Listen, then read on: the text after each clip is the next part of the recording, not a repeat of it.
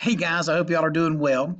So we're going to do Thursday's lesson today, which will be on Buddhism and Judaism. So on Tuesday, when we started off, we did our introduction to religion and we talked about Hinduism. So if you all will follow me along here, let's talk about Buddhism. So Buddhism is a religion that emerged in the part of India, which is present-day Nepal. So, a comparison: Buddhists do not believe in a God, the need for a savior, the power of prayer, or an eternal life in heaven or hell, but they do believe in reincarnation, enlightenment, and nirvana. So, you're going to see some similarities with Hinduism, but there's also going to be some definite differences as well. The religion of Buddhism was founded by Siddhartha Gautama, who would later be known as the Buddha or the Enlightened One. So we actually have a founder, whereas in Hinduism, we didn't. And Siddhartha Gautama lived as an ascetic for 6 years, searching for the reason of suffering. So I've got a little video here that will go into a little bit more detail about that. And he also helps to develop the Four Noble Truths of Buddhism, which are basically the basic tenets. So what are the Four Noble Truths of Buddhism? Well, the first one is that life in this world involves suffering and unhappiness. So this is kind of a pessimistic, kind of dreary view in the idea that, you know what, there is going to be suffering, there is going to be unhappiness, there is going to be death and sickness in this world. Number two, unhappiness and suffering is caused by the desire of worldly things. So you can see our little picture of a little girl here who definitely doesn't want to give up any of her baby dolls. And we know that there's sometimes we get kind of disappointed in seeing sometimes how human beings can be very selfish in their actions. So again, this is kind of looking at, sort of the pessimistic side of things. Number three, how do you get happy? Okay, so happiness can be achieved by detaching yourself from this desire. It's the idea that, you know what, I don't have to be married to always wanting to have material things, or not have to be material things. It could be fame. It could be other things um, that the Buddhists don't believe in. And then you have nirvana. Nirvana is the release from this desire, from selfishness and pain, which can be reached by following the Eightfold Path. So you have your Four Noble Truths. Again, life in this world involves unhappiness. Unhappiness is caused by the desire of worldly things. In order to get happy, you detach yourself, and then nirvana is that detachment.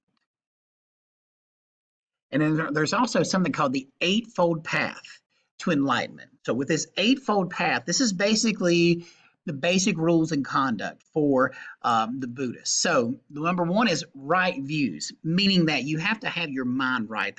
The way that you look at things, your view of everything has to be correct.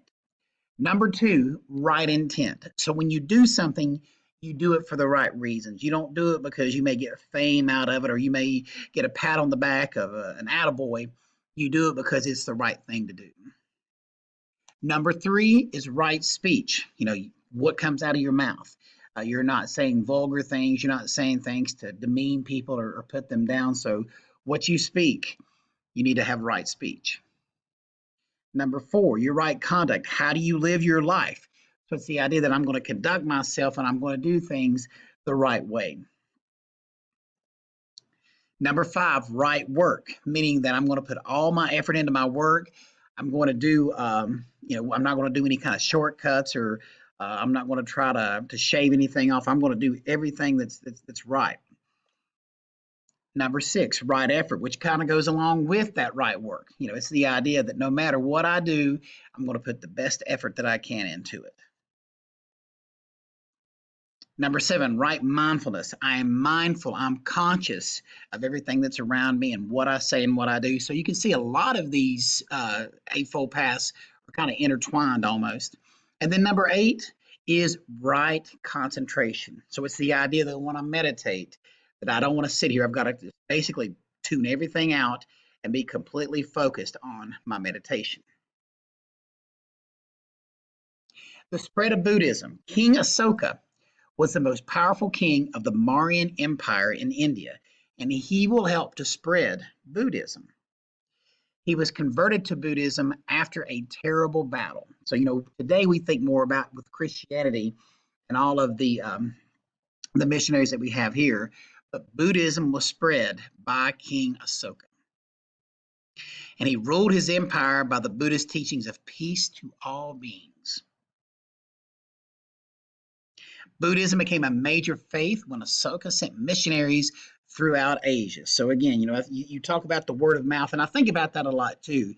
When you go and watch a movie and it's really, really good, what do? You tell people about it. Today we think about, online with social media and such, of things going viral. Well, King Asoka made Buddhism a religion that went viral. And so it spread very, very quickly. King Asoka's missionaries and their writings spread from India to China and to other parts of Asia.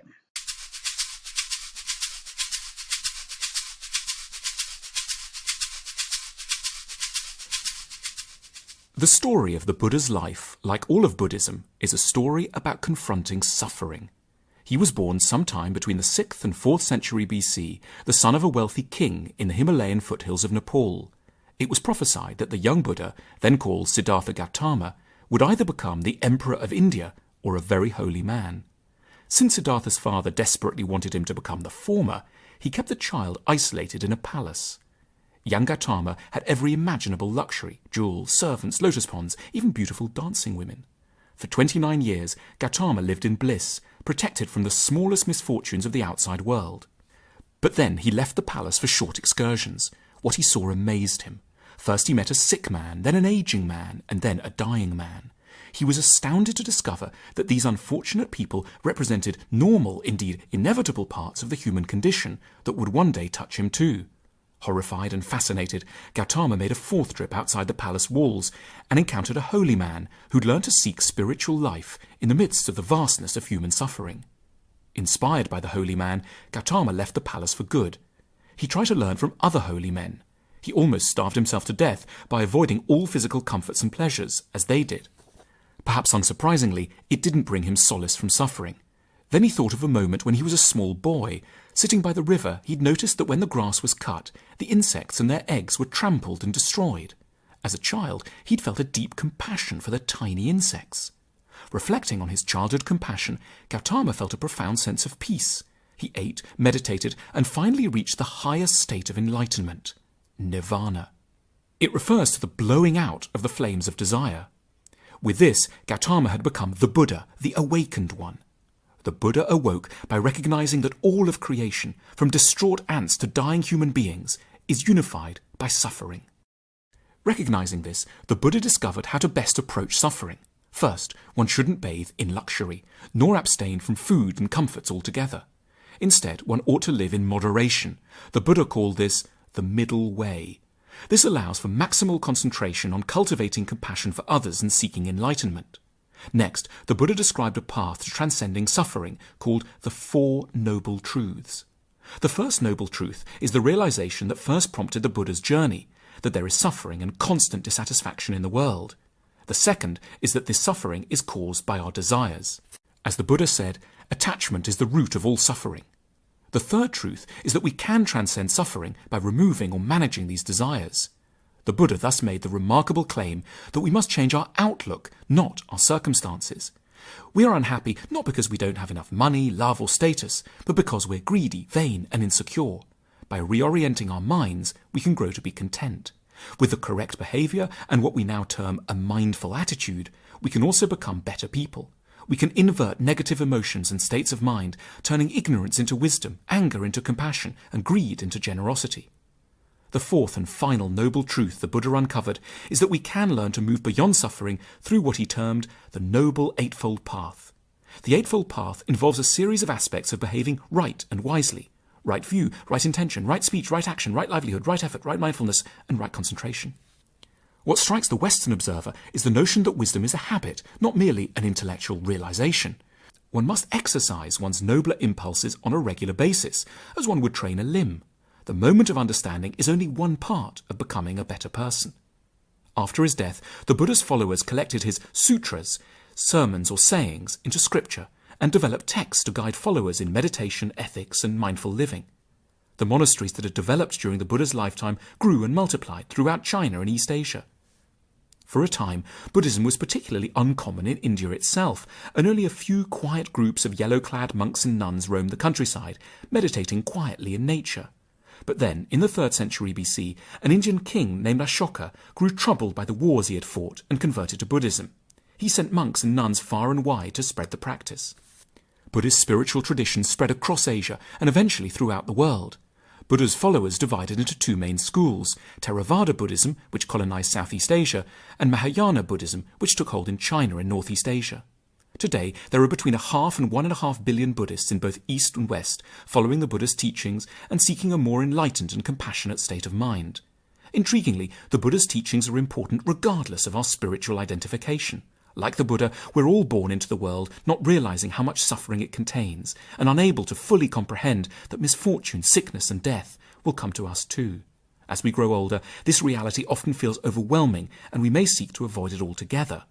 But the Buddha's teachings remind us of the importance of facing suffering directly. We must do our best to liberate ourselves from the grip of our own desires, and recognize that suffering can be viewed as part of our common connection with others, spurring us to compassion and gentleness. So now that takes us to Judaism. So Judaism is the first recorded monotheistic religion. Now you got to remember, what is monotheism? That's one God, okay, versus polytheism, which is many. The origins of Judaism. So Abraham was a shepherd who lived in Mesopotamia, and he became the father of the Hebrews and founder of Judaism. So what is very unique here is that in Judaism, Christianity, and Islam, they all believe that their religion started with Abraham. Even Muslims, for example, believe in Jesus. They just don't believe that he was the Messiah. They believe that he was a prophet. And the monotheism of Abraham, again, said that became the foundation of Judaism, Christianity, and Islam. So basically, I just got a little ahead of myself. Abraham believed that God commanded him to move to Canaan or to Palestine, and that Palestine is strategically located on the sea and among empires. The Exodus. The Hebrews migrated to Egypt and were eventually forced into slavery. And this is where Moses led the great Exodus, where he led the Hebrews out of slavery in Egypt. And at Mount Sinai, the Hebrews entered into a covenant with their God. The 10 Commandments are the principles of the law received by Moses from God on Mount Sinai. So you can see there things such as, you should not have any gods before me, any graven images or idols. Don't take the name of the Lord in vain. Remember the Sabbath day and keep it holy. Honor your parents. Don't kill. Don't commit adultery or cheat on your husband or wife. Don't steal. Don't tell lies. And don't covet or be jealous or want what other people have. It became the basis for the moral and the religious conduct of the Hebrews and the Jews.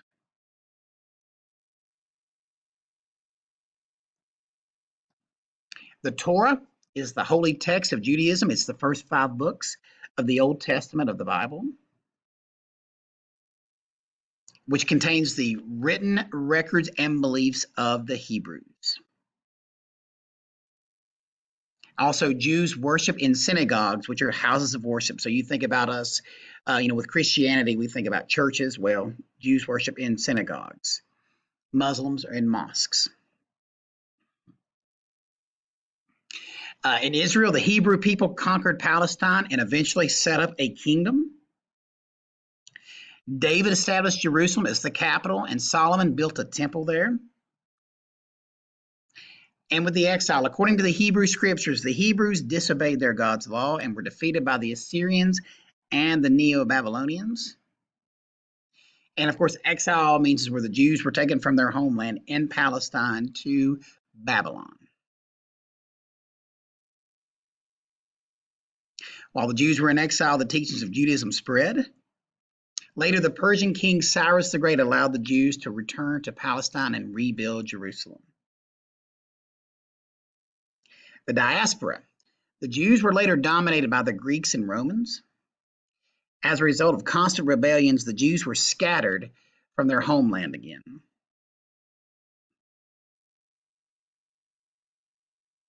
The diaspora basically means the scattering of the Jews, which further spread the teachings of Judaism. And then a nation is born. In the 1940s, Adolf Hitler, the Nazi German dictator, tried to murder all of the Jews living in Europe.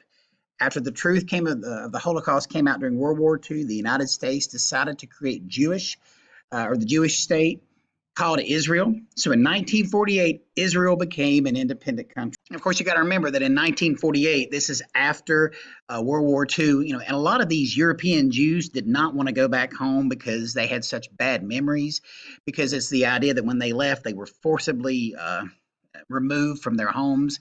A lot of times they may look and say, well, that's where my neighbor lived, and I remember them being executed or sent off to concentration camps, and they knew what would happen to them.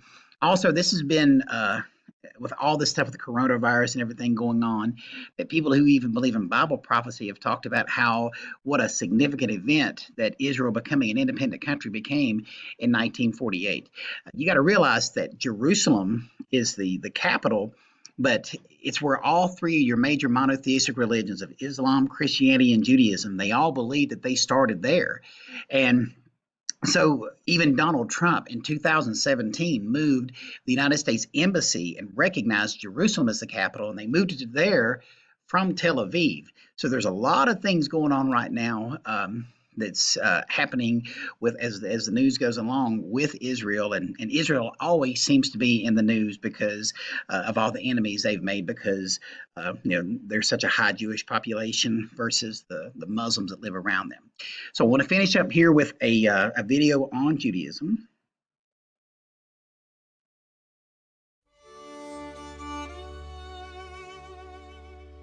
Judaism is the ancient religion of the Jewish people, a 3,000-year-old tradition that traces its roots back to the patriarch Abraham. So it is really the cornerstone religion for the Abrahamic traditions of Christianity and Islam. Although the global Jewish population is relatively small at 14 million, the impact of Judaism on world civilization is profound and significant. They self-identify with one of four different schools of thought: Orthodox, Conservative, Reform, or Reconstructionist. But there is tremendous diversity of thought and opinion within each of those schools. The holiest text for Jews is the Hebrew Bible, or the Tanakh, and there's great emphasis from the tradition placed on the first 5 books of the Tanakh, which is called the Torah. In the Tanakh, we see the introduction of a strictly monotheistic God, the same God that Christians and Muslims worship. And the Tanakh also outlines a very significant aspect of Judaism for the Jewish people, and that's the covenant that the Jewish people have with God, which holds for the Jewish people a certain set of responsibilities around moral and social and political obligation. And the covenant really gives birth to a whole body of Jewish law, as exemplified by the 10 Commandments, which provides an ethical foundation, really, for Western civilization. Some of the common traditions for Jews around the world include circumcision of male children. That is part of the covenant that goes all the way back to the roots of Judaism. And also life rituals, such as bar mitzvahs or bat mitzvahs, which really signify the coming to age of a young Jewish boy or girl as they enter into adulthood. Because Jews have wrestled so deeply with ideas of theology and philosophy, with law and ethics, and with the fundamental problem of human suffering, there's a rich intellectual tradition within Judaism of interpretation and debate that's built right into the heart of the tradition. So even though the sacred texts remain unchanged over time, the interpretation does change based on time and place and the interpreter. So in that way, it's a very dynamic tradition that also changes over time. All right, guys, so that will finish up Buddhism and Judaism, and we will start on Christianity tomorrow.